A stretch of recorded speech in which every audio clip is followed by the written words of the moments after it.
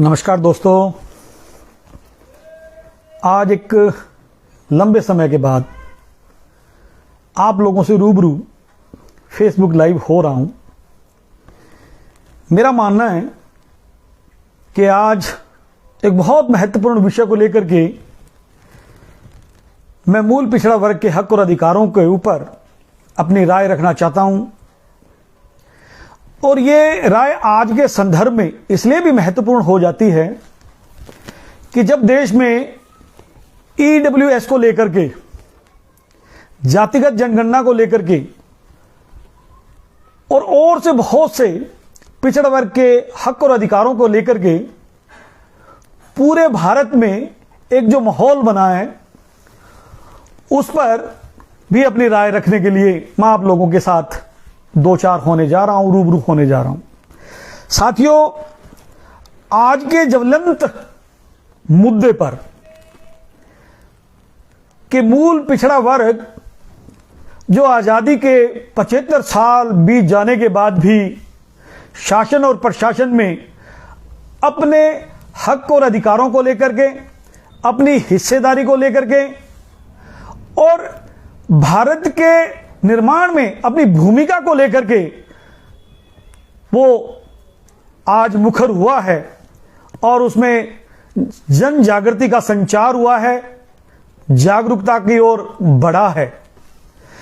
तो ऐसे में जब देश का इतना बड़ा वर्ग, मूल पिछड़ा वर्ग जो 1932 की जनगणना के मुताबिक 52% जो सबसे बड़ा वर्ग कहलाता है, आज जब उसमें कसमसाहट महसूस हो रही है, वो एक अंगड़ाई ले रहा है अपनी राजनीतिक भागीदारी को लेकर, सामाजिक भागीदारी को लेकर, शासन और प्रशासन में अपनी भागीदारी को लेकर, तो फिर भारत के शासक वर्ग के जो लोग जो भारत पर शासन करते रहे हैं आज तक, उनकी निगाह भी इस ज्वलंत मुद्दे की ओर जाना स्वाभाविक है। इस पूरी पृष्ठभूमि में मैं कहना चाहूंगा कि मेरे एक साथी श्रीमान कर्नल केसरी सिंह जी राठौड़ जो मकराना से है, कल उन्होंने मूल पिछड़ा वर्ग के हक और अधिकारों को लेकर के एक परिचर्चा की। तो सबसे पहले तो मैं श्रीमान कर्नल केसरी सिंह जी राठौड़ को इस बात के लिए धन्यवाद ज्ञापित करता हूं कि आपने जो कि राजपूत वर्ग जाति से, समाज से संबंध रखते हैं, उन्होंने मूल पिछड़ा वर्ग की बात को अपनी आवाज दी। इसके लिए मैं उनका धन्यवाद ज्ञापित करता हूं।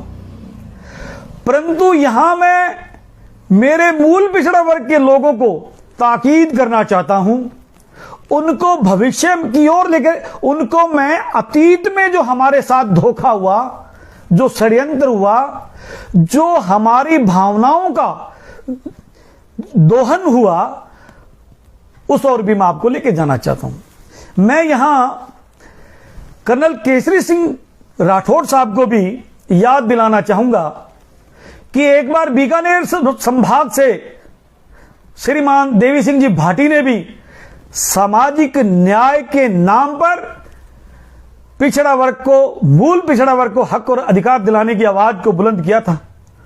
और हम पिछड़ा वर्ग के लोग देवी सिंह भाटी की उस आवाज में अपनी आवाज मिलाकर हुजूम का हुजूम और भारी संख्या बल के साथ देवी सिंह भाटी का समर्थन किया।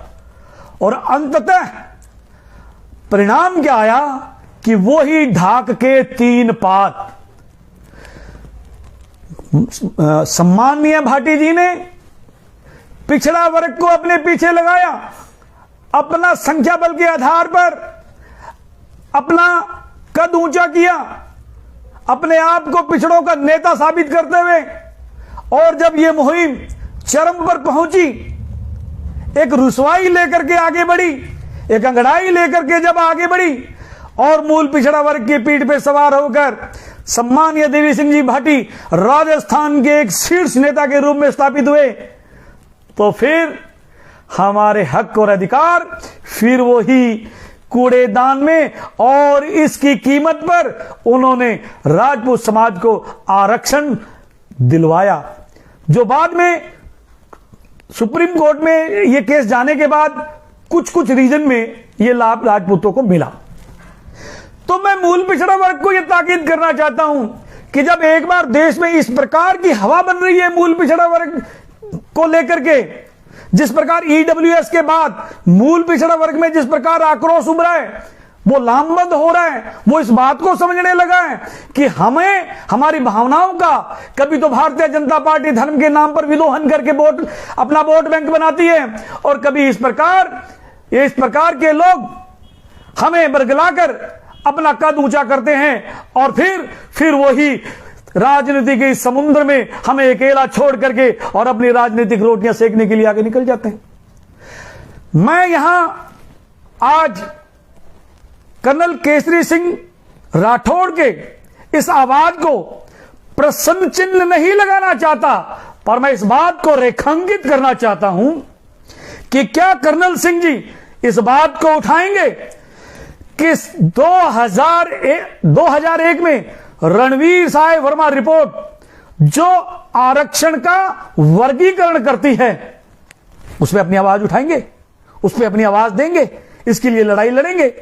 और इसके साथ मैं यह बताना चाहता हूं कि कर्नल केसरी सिंह राठौड़ के दिल में हमारे लिए इतना प्रेम किस बात के लिए उमड़ा कि वो मूल पिछड़ा वर्ग की आवाज उठाएं, जबकि वीपी सिंह साहब ने जब इस मंडल की रिपोर्ट को लागू किया था तो विरोध करने वाले लोग कौन थे?